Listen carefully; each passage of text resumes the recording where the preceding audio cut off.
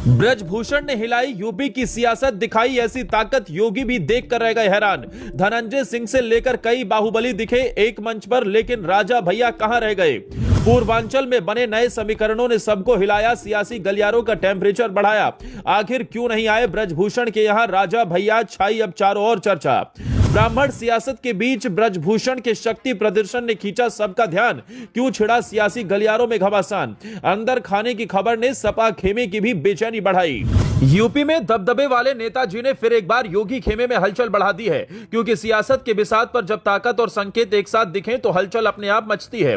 जहां इन दिनों उत्तर प्रदेश में ब्राह्मण सियासत की गूंज तेज है। पंचायत चुनाव से लेकर 2027 की तैयारी तक हर दल नए पुराने समीकरणों को टटोल रहा है।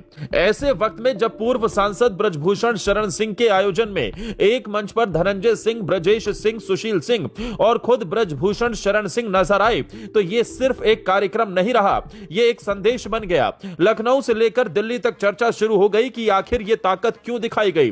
कहा जाने लगा कि योगी की सख्त व्यवस्था के दौर में भी बाहुबली राजनीति का असर खत्म नहीं हुआ है। इसी एक तस्वीर ने सियासी गलियारों का तापमान बढ़ा दिया। सिर्फ यही नहीं, राजा भैया के न आने का भी मुद्दा अब गर्म हो गया है, जिसके बाद यह पूछा जाने लगा है कि आखिर यूपी की सियासत में क्या बड़ा होने वाला है। चलिए आपको इस वीडियो में सब बताते हैं। दरअसल ब्रजभूषण के मंच से जो तस्वीरें और वीडियो सामने आए तो सवाल और गहरे हो गए। मंच पर बैठे ये चारों चेहरे कोई साधारण नेता नहीं है। दशकों तक पूर्वांचल की राजनीति में जिन नामों से हवा का रुख बदल गया, वही चेहरे एक साथ दिखे। धनंजय सिंह, ब्रजेश सिंह, सुशील सिंह और ब्रजभूषण शरण सिंह। जानकार मान रहे हैं कि यह सिर्फ राष्ट्र कथा महोत्सव नहीं, बल्कि एक सियासी शक्ति प्रदर्शन था। बॉडी लैंग्वेज, मुस्कान और मंच की सजावट सब कुछ बता रहा था कि यह मुलाकात यूं ही नहीं है। पूर्वांचल की राजनीति में यह याद दिलाने का प्रयास था कि पुराने खिलाड़ी अभी मैदान में हैं। पूर्वांचल वो इलाका है जहां आज भी जाति, समाज और दबदबे का असर साफ दिखता है। चाहे कानून व्यवस्था का नया दावा हो या नए चेहरे आगे लाने की कोशिश, लेकिन जमीनी सच्चाई यही है कि कुछ नाम आज भी वोटर को प्रभावित करते हैं। इन चारों नेताओं का एक साथ दिखना इसी सच्चाई की झलक है। अलग अलग दलों में रहने के बावजूद इनकी जमीनी पकड़ रही है। यही वजह है कि इनके एक मंच पर आते ही सपा, बसपा और कांग्रेस के साथ साथ भाजपा के भीतर भी चर्चा तेज हो गई। सवाल उठने लगे कि क्या किसी बड़े चुनाव से पहले पुराने समीकरणों को फिर से जोड़ा जा रहा है। लेकिन इस पूरी तस्वीर में सबसे बड़ा सवाल एक चेहरे को लेकर है। जब पूर्वांचल के बाहुबली एक फ्रेम में थे, तब कुंडा विधायक राजा भैया पूरी तरह नदारद थे। बाहुबली राजनीति की बात हो और राजा भैया का नाम ना आए, ऐसा कम ही होता है। तो क्या यह सिर्फ संयोग था या कोई सोची समझी दूरी?